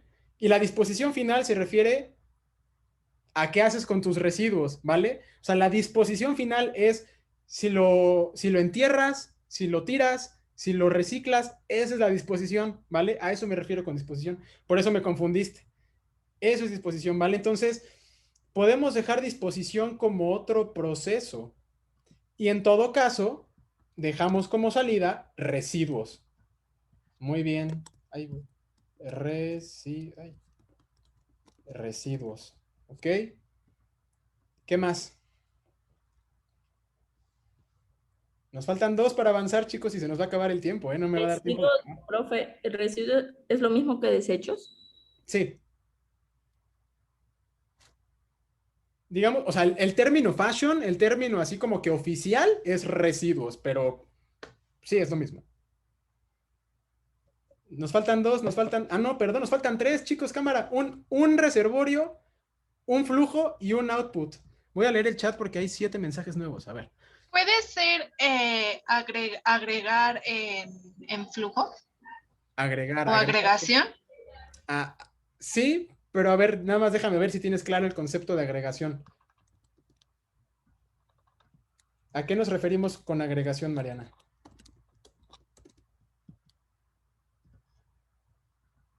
Mariana, no te me pierdas, te necesito aquí. En la parte de final, donde pues estamos poniendo productos y residuos, ¿puede ir hogar o algún restaurante o un lugar donde se venda? Puntos de venta. O sea, puede ser dependiendo de cómo lo justifiques, pero sí puede ser punto de venta. Puede ser. O sea, entendiendo el punto de... Permíteme, Jesús. Si entendemos el punto de venta como un resultado del proceso de surgimiento de nuevas redes de distribución y como el crecimiento de las empresas y la introducción de políticas y demás, sí, puede que los puntos de venta sean un output, puede ser, pero desde esta lógica, ¿vale? Como que existen las condiciones para abrir nuevos puntos de venta. En ese sentido, sí. Y un almacenamiento. ¿El marketing podría entrar ahí en resumideras? Marketing, no. El reciclaje. Los basureros. Reciclaje, yo lo pondría como acá juntito a disposición.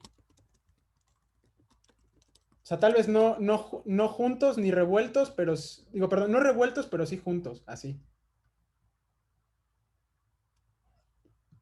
Un sumidero, chicos, un sumidero. Ustedes pueden, un sumidero. Un basurero, Un basurero. Ok, vale. Nada más porque ya quiero avanzar. Sí, un basurero puede ser un almacenamiento de residuos, exactamente. Muy bien, chicos, pues si quieren, tómenle una captura de pantalla a su tarea. Muy bien. Felicidades por su trabajo en equipo. Excelente. Ahora, esto es un diagrama que nos ofrece este trabajo de investigación. Ahorita no me acuerdo Bueno, si quieren les comparto la presentación. Cabe aclarar que si ustedes la quieren, con mucho gusto se la pueden pedir a su profe, ya que su profe me la pida y yo se las mando, ¿vale? Porque si le hacen clic a la imagen, de hecho los va a llevar al artículo de donde lo saqué, ¿vale? Y así mi presentación trae varios hipervínculos que les pueden servir. Así que bueno, el punto es que en este artículo la FAO nos muestra este diagrama de la rueda de los sistemas alimentarios. Y aquí podemos ver, o sea, podemos retomar los elementos que ya discutimos previamente en la presentación de sistemas naturales y sistemas sociales, ¿vale? Acuérdense que los sistemas alimentarios son sistemas artificiales que se sustentan en estos otros dos tipos de sistema. Y aquí vemos que los componentes naturales de un sistema alimentario son el aire, el suelo, los ecosistemas, los genes, el agua y el clima. Eso por el sistema natural. Y los elementos del sistema social que alimentan un sistema alimentario son las organizaciones, las políticas, leyes, regulaciones, infraestructura y normas socioculturales. No me voy a detener más. Y este es un mapa, perdón, un diagrama un poco más complejo de lo que es un sistema alimentario. Pero me gustó porque justamente vean cómo ponen esta balanza oferta y demanda y cómo vemos que del lado de la oferta intervienen relaciones geopolíticas, intervienen aspectos socioculturales, tecnología, los productores mismos. Cambio climático tiene que ver con la oferta, ¿no? Porque hablamos de sequías, de nevadas, etcétera, etcétera, ¿no? El uso de la tierra. Y por la parte de la demanda, vemos que están los consumidores y están sistemas de valores, está el conocimiento, están los factores sociodemográficos, y en el medio de la balanza, digamos que lo que le inclina hacia un lado o hacia el otro, están las políticas y la gobernanza, está la seguridad social y civil, la seguridad alimentaria y la industria alimenticia que involucra el transporte, el desperdicio, el agua, la energía y el dinero, que es, creo que fue una aportación de Jesús, el dinero, que el dinero podría ser tanto salida como entrada. Si lo vemos como una entrada, el dinero es inversión de capital, pero si lo vemos como una salida, el dinero también puede ser las ganancias de los sistemas alimentarios. Vamos a seguir porque se me está acabando el tiempo muy cañón. Ahora, el sistema alimentario se compone a su vez de subsistemas, es decir, componentes, ¿no? O sea, son partes del sistema alimentario. Dentro de un sistema alimentario encontramos sistemas agrícolas y pecuarios, pero también encontramos un subsistema que se dedica al manejo de los residuos. También encontramos otro subsistema que se dedica exclusivamente a la distribución y otro subsistema que se dedica al suministro de insumos, como pueden ser fertilizantes, pesticidas, herbicidas, etcétera, ¿vale? Entonces vemos que aquí en los sistemas alimentarios, como ya les había dicho antes, son una columna vertebral porque articulan sociedad, ambiente y economía.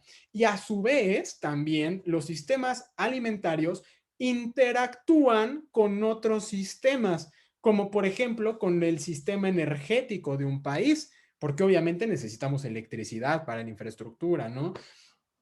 Con sistemas de intercambio, es decir, tratados de libre comercio para poder facilitar la exportación de moras, por decirles algo.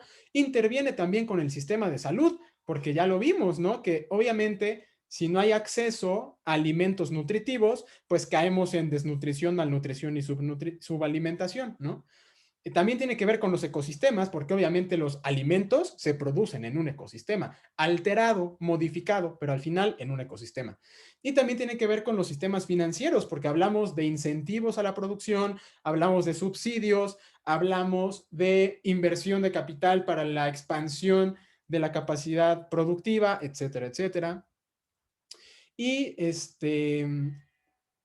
también vemos que los sistemas alimentarios muestran o presentan interdependencia e interconexiones entre sus componentes. Es decir, que un cambio en el sistema político puede derivar en un cambio en el sistema financiero. ¿Estamos de acuerdo? Porque si se hace una reforma agraria, esto va a traer cambios en los sistemas económicos y en los sistemas financieros y en los sistemas sociales y así subsecuentemente. Vemos que funcionan como un engranaje, ¿vale? Que el movimiento de un subsistema nos va a mover todo lo demás. Ay, ya para ir cerrando porque nos quedan menos de 10 minutos y yo me tengo que ir a las 5. Un sistema alimentario sostenible es aquel que garantiza la seguridad alimentaria y nutricional de todas las personas de tal forma que no se ponga en riesgo las bases económicas, sociales y ambientales de las futuras generaciones. Eso vemos que básicamente es la misma definición de desarrollo sostenible, pero aplicado a los sistemas alimentarios. ¿Ok? Un sistema alimentario se caracteriza por ser siempre rentable, es decir, que siempre genera beneficios económicos para todas sus partes, que produce beneficios a la sociedad y que sus efectos en el medio ambiente son así mínimo son neutros o mejor aún son positivos, ¿ok? Entonces vemos que el desarrollo sostenible aplicado a los sistemas alimentarios involucra sociedad, economía y ambiente. Por parte del desarrollo económico, vemos que debe garantizar la viabilidad fiscal y comercial, es decir, que debe crear y debe agregar valor a los productos alimenticios, a las organizaciones sociales, etcétera, etcétera, y pues, que beneficien a todos los stakeholders. Los stakeholders son las partes interesadas, ¿vale? Como los bancos, los productores, consumidores, etcétera. Por la parte de la sociedad, un sistema alimentario sostenible garantiza que los beneficios de los sistemas se distribuyan de manera equitativa.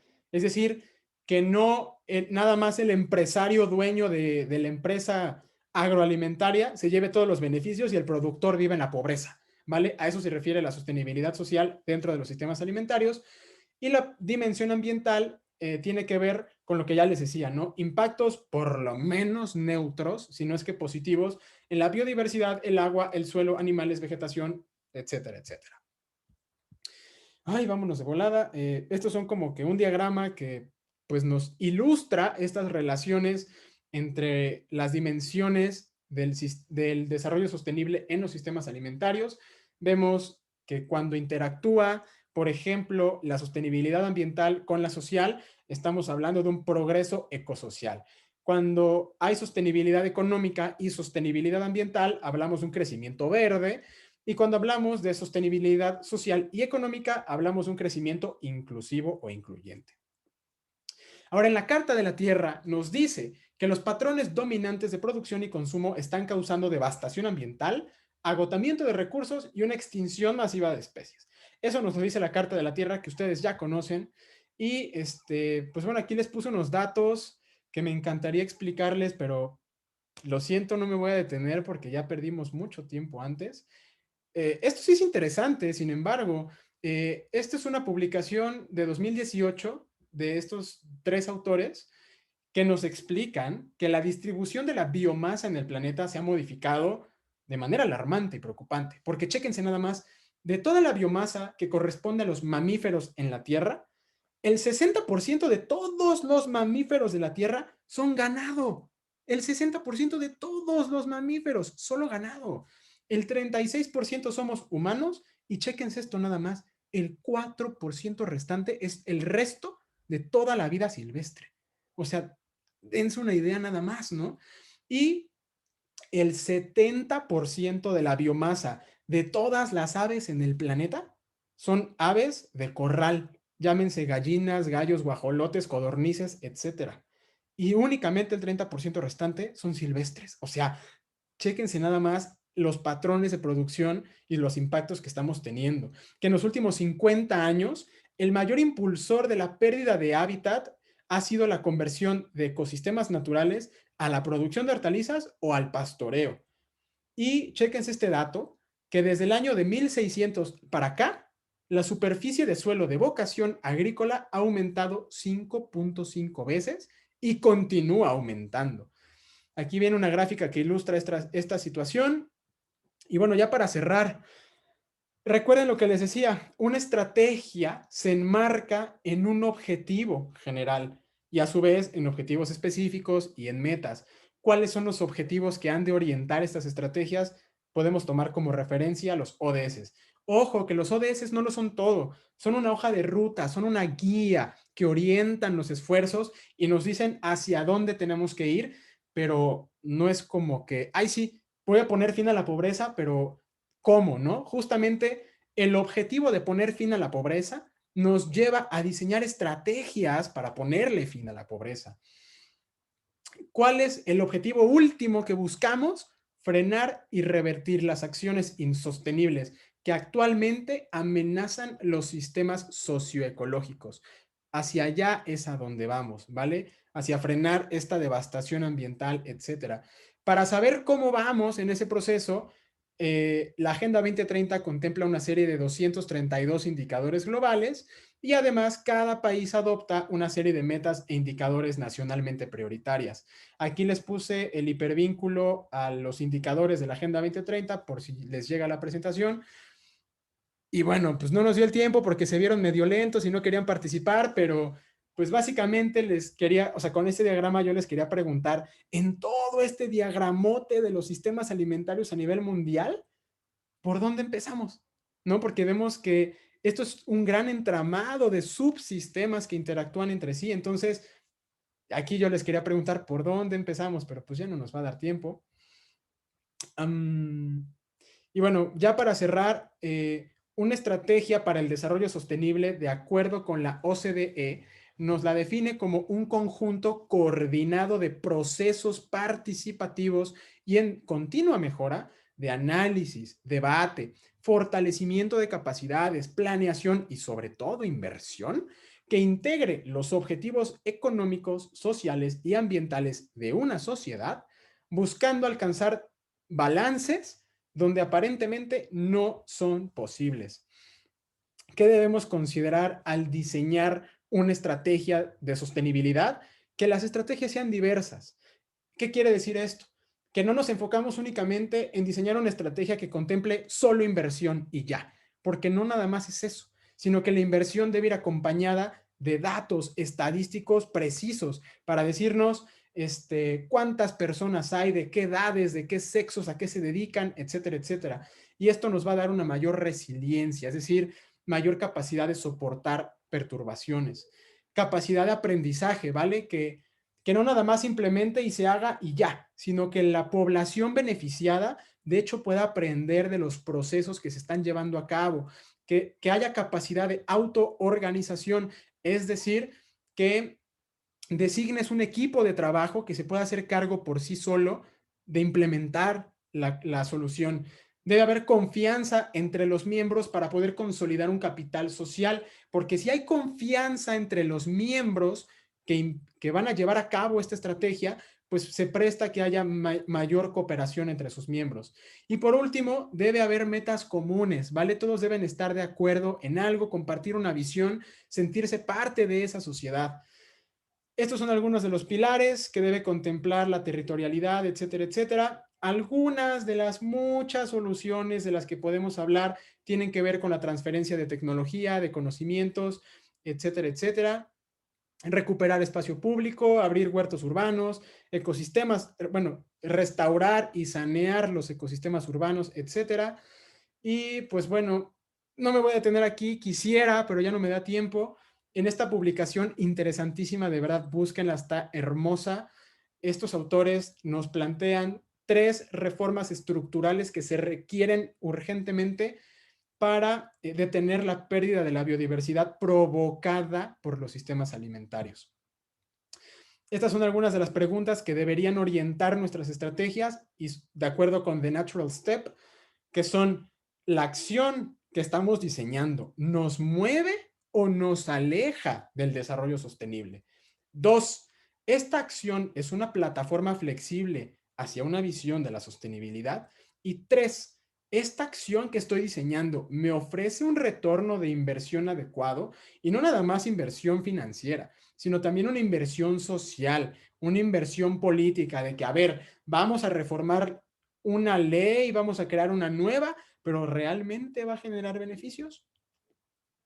Algunos de los principios fundamentales de las estrategias, enfoques transversales que deben tener sí o sí, debe incluir el enfoque de equidad de género, enfoque de territorialidad, de equidad intergeneracional, de interculturalidad y de justicia ambiental. Quisiera explicarles cada uno de ellos, pero nos fuimos medio lentos. Y bueno, esta es una pregunta que les quería dejar como para reflexión. En este gran sistema alimentario mundial, ¿dónde entras tú? ¿No? ¿Tú en qué subsistema intervienes como consumidor, incluso como productor en una unidad familiar, ¿no? O sea, ¿qué papel juegas tú dentro del sistema alimentario? Profesor, se lo dejo a su consideración. Digo yo que esta sería una tarea interesante como para pasar asistencia y así, que de tarea nos dejen responder esta pregunta. cuál es mi posición o mi rol o mi papel en el sistema alimentario. Sí, claro que sí, me parece bien. Y si quieres, con eso empezamos la siguiente ponencia, ¿no? Con algunas listas de los chicos. Y pues bueno, no sé si tengan alguna pregunta, alguna respuesta. Aquí está mi información de contacto. Estoy a sus órdenes, chicos. Para mí fue un gran honor poder estar aquí hoy con ustedes. Espero que les haya gustado esta presentación. Para mí, créanme que fue un gran reto hacerla. De verdad me azoté contra la pared 1000 veces porque no sabía por dónde iniciar, por dónde llevar la conversación. Así que espero que haya salido bien. Cualquier cosa ahí me dicen. Pero, ¿dudas, comentarios, quejas, sugerencias? ¿Todo bien? ¿Ya se fueron? ¿Ya se durmieron? Muchas gracias. A mí me gustó. Estuvo más interactiva esta. Muchas gracias, igual. Gracias, Jesús. Pues hubiera sido más interactiva si hubieran interactuado más, pero al menos esa era la intención. Estoy despeinado, por eso no prendí la cámara. No, hombre, dijo yo. Pues, ahí me tenías a las 3 en punto, apenas vistiéndome, apenas cambiándome también, no te creas. ¿Alguien más, chicos? ¿Alguna duda, comentario? No, pero de antemano muchísimas gracias por el tiempo y también pues el tiempo que invertiste. Creo que, bueno, a mi consideración sí me sirvió mucho y me ayudó. Entonces, nada más que agradecerte. No, ¿de qué, chicos? Con mucho gusto. Estoy aquí para servirles. Si en algo yo les puedo ayudar, les puedo orientar, si algo les puedo yo enseñar, mejor aún, créanme que yo siempre con mucho, mucho gusto, de verdad.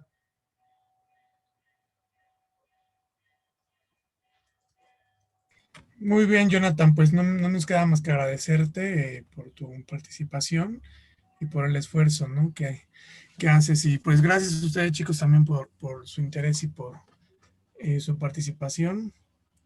Nos vemos entonces la siguiente clase, porque yo sé que tienen ya otra clase, entonces, pues, cualquier duda, comentario, lo comentamos la siguiente clase, ¿vale? Va que va. Pues chicos, un verdadero placer. Nos vemos en la próxima sesión. Recuerden, faltan 2. Así que para los que nos están viendo en YouTube, para los chicos del Instituto Rosario Castellanos, pues espero volver a verlos pronto. Gracias por asistir. Y pues gracias por todo. Espero que les haya gustado y pues estoy aquí para servirles. Muchas gracias. Gracias. Que tengan una excelente tarde, chicos. Hasta luego. Hasta luego, gracias. Gracias, bye.